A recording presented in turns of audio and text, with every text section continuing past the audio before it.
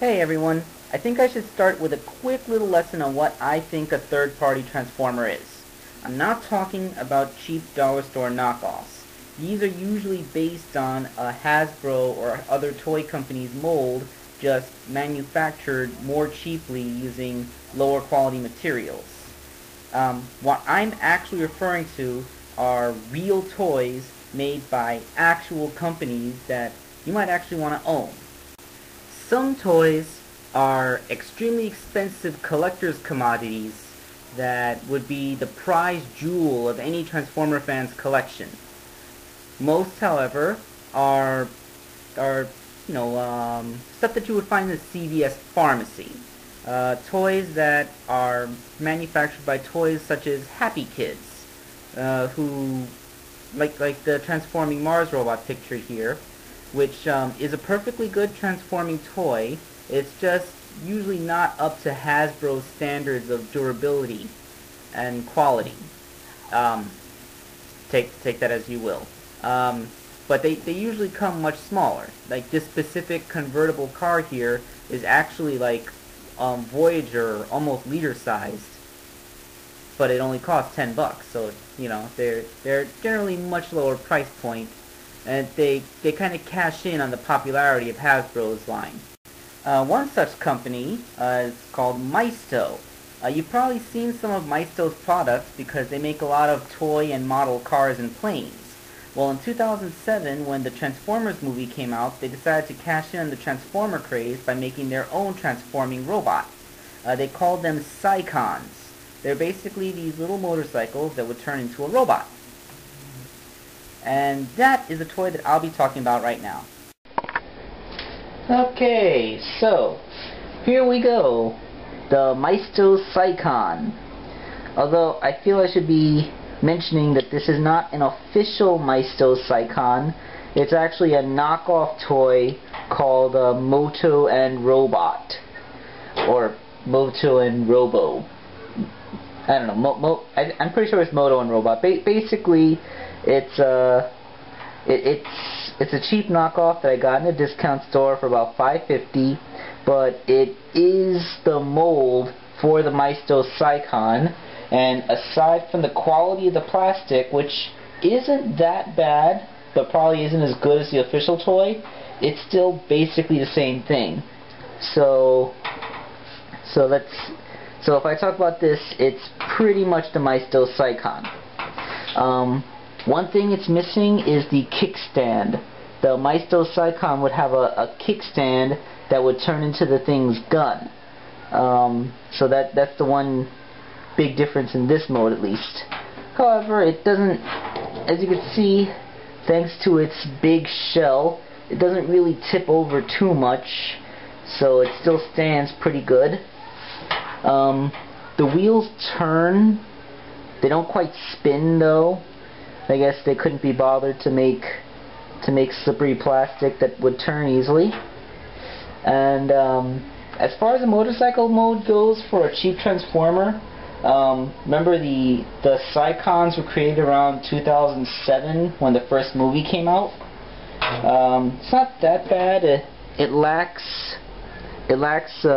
steering handles and rear view mirrors. And you can also tell that if you look at it from the front, you can see the fingers, so you can tell that these are hands holding the front wheel. And perhaps most blatant is, of course, the robot feet make absolutely no effort to hide themselves, which is, it's just so hilarious. It's like you can even stand on them. Yeah, look at this, the amazing standing motorcycle. Doop-de-doop-de-doo. I think that is so adorable. I actually do like that being there because it's cute. Although I can't say that they made no effort to hide them, because if you look in the back, they have circles and stuff, so you can imagine that maybe these are rear view lights, like the turn signals, maybe these are even little rocket boosters, you know? Rocket motorcycle. I don't know. So as far as a motorcycle goes, it's Not a bad motorcycle. Yeah, I've seen better, but I've also seen, oh well, yeah, I've also seen worse. Yeah, I had to think about some really old toys, but yeah, there have been worse motorcycles. But yeah, it's a decent toy as a motorcycle. Of course, with the lack of handlebars and the fact that the top of it is very wide, you'd be hard pressed to make your G.I. Joes sit on it. So let's transform this guy. I mean, the transformation is simple enough that I think I'm going to try it on camera. Alright, first things first, this is probably one of the only motorcycle shell formers I've ever seen, because you start out by opening up these wings and you put them back there, and you can already almost see the robot. Yeah, I mean, then you straighten the legs out and you rotate the feet like this.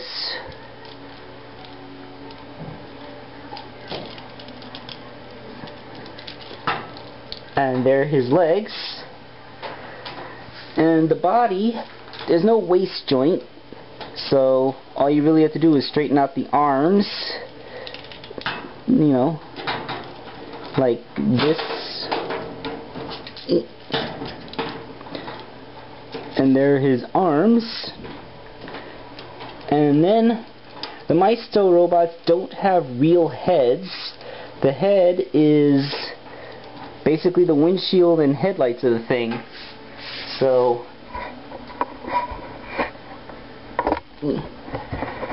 basically it looks like that. Now when I bought this thing, the head was all up like that in the display box, which I thought looked kind of weird. The recommended way to transform the toy, according to how it was in the display, is like this. With the logo sticking out, the head all up on the end of a stalk, and this thing folded up. Frankly, I think it actually looks better if you fold this part down so it hangs like a tail. And if you put the wings this way, you can actually convince yourself that that's something of an aerofoil, so it actually uses these things to really fly. And if you bring it down like that, then you don't have that weird stalk neck thing going. So yeah, as I said, the fact that it's a knockoff means that the plastic is a little cheap and some of the joints are a tiny bit loose, but as far as knockoffs go, this is pretty high end. I mean, it costs $550, which is on the expensive part of the knockoff Transformers spectrum, but it's about the size of a deluxe Transformer, which costs $15, so it's a third the price of what you get a Hasbro Transformer for. I never actually saw a real Cykon in stores, so I can't tell you how that compares to the official one in terms of price point, but I really don't feel like I was cheated. In fact, I was even tempted to buy some of the other color variants.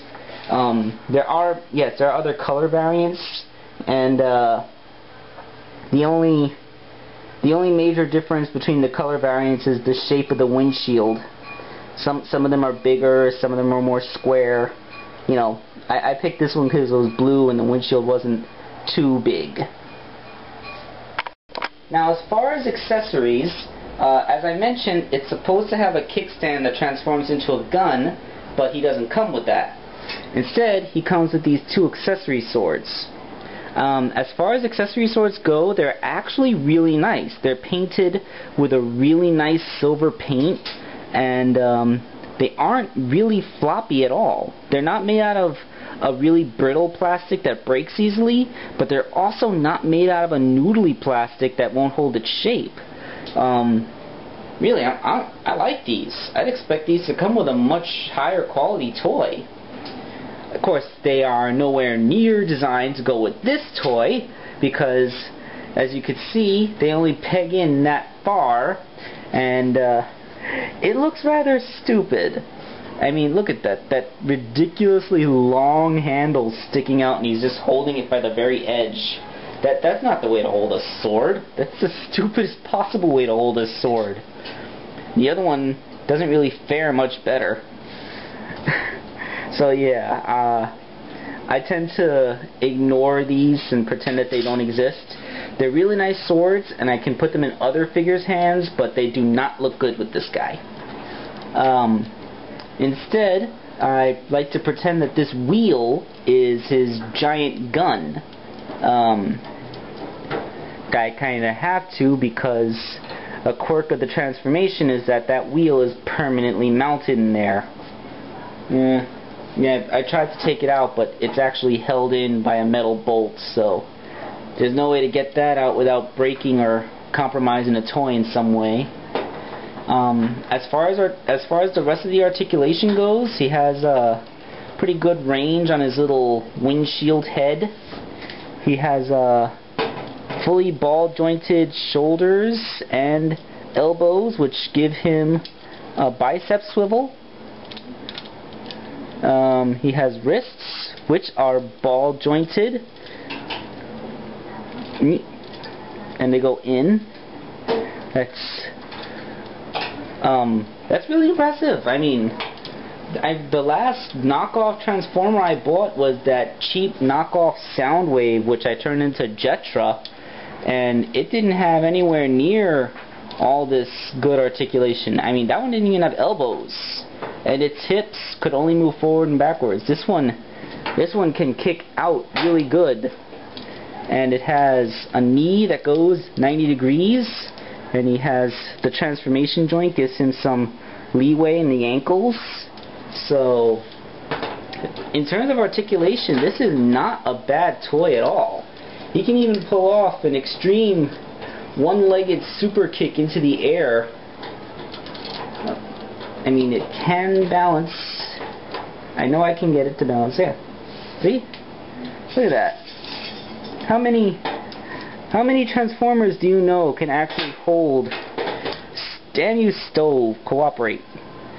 Yeah. How many Transformers toys do you know can actually maintain this pose on a display?